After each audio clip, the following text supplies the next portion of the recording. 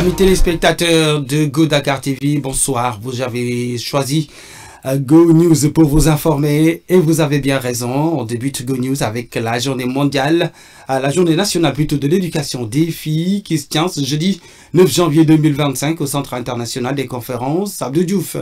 Instituée par décret depuis le 10 mai 2006, cette journée demeure une initiative majeure du Sénégal pour promouvoir l'éducation des filles. C'est un levier essentiel de développement. Cependant, en dépit des progrès réalisés, l'accès équitable à une éducation de qualité reste un défi. Des obstacles tels que les mariages précoces, la pauvreté, les normes socio-culturelles continuent de limiter les opportunités éducatives des filles, en particulier celles en situation de handicap. Cette année, la Journée nationale de l'éducation des filles s'inscrit dans la dynamique de la Journée internationale de la jeune fille et a adopté le thème « Pour une éducation inclusive de qualité, les filles s'engagent et engagent la communauté ».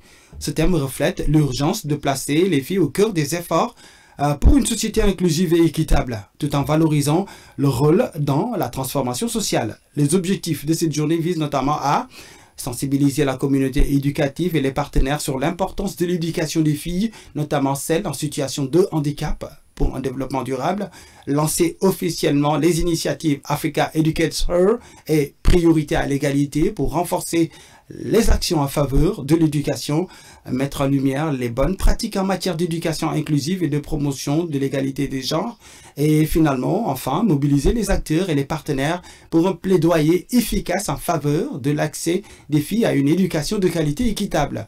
Et c'est la première dame du Sénégal, Madame Marie-Khone Faye, qui en est la marraine et qui a présidé la manifestation. Parlons à présent de cette décision du Premier ministre Ousmane Sonko, qui va désormais être plus regardant pour valider les dépenses d'investissement. Cette information nous est parvenue à l'issue du Conseil des ministres qui s'est tenu hier, mercredi 8 janvier 2025, ceci dans le souci d'une exécution efficace des politiques publiques. Le Premier ministre Ousmane Sonko a en outre annoncé la mise en place d'un dispositif renforcé pour le pilotage, le suivi et l'évaluation des programmes et projets découlant des 26 objectifs stratégiques et des réformes quinquennales 2025-2029. La rationalisation, la priorisation et l'efficience de l'utilisation des ressources publiques restant un enjeu majeur pour le gouvernement, un tableau prévisionnel des opérations financières de l'État sera soumis par quinzaine. Toutefois, une priorité sera accordée au secteur sanitaire. Parlons de tout à fait autre chose. Vous le savez, depuis ces derniers jours, de nombreuses denrées de consommation courante connaissent une hausse des prix sur le marché sénégalais, notamment le sucre et l'huile. Cependant, selon le directeur du commerce intérieur, Cheikh Amadou Bamba Ndao, cette situation est largement due à une pénurie artificielle entretenue par des commerçants véreux. Ce dernier a affirmé que l'État prendra des mesures pour mettre fin à cette spéculation. C'est au cours de son passage dans l'émission à la RICI ce lundi 5 janvier que M. Ndao a dénoncé cette manipulation des prix. Il a expliqué que bien que le marché de l'huile connaisse un ajustement de prix lié à la fluctuation des cours mondiaux, ce qui est tout à fait normal, la situation du sucre, elle, résulte d'une pure spéculation de certains commerçants. Ces derniers plutôt, les commerçants, cherchent à provoquer une pénurie artificielle dans le but d'obtenir un prolongement des périodes d'importation du sucre. Concernant le stock de sucre disponible, M. Ndao a tenu à rassurer la population. Selon lui, les stocks actuels sont largement suffisants pour couvrir la demande nationale. Parlons intéressons-nous maintenant à cette grogne des Jakartaman et conducteurs de mototaxi qui ont demandé au gouvernement de reconsidérer sa décision de formaliser et de contrôler leur activité.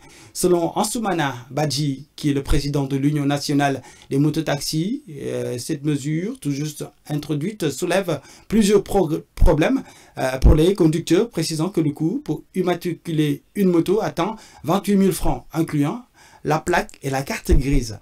À cela s'ajoute une assurance annuelle de 39 000 francs. Badji a également souligné que la régulation requiert un document que la majorité d'entre eux ne possèdent pas, la pièce d'identité du concessionnaire ayant importé la moto. Cette demande, dit-il, est problématique, tout simplement.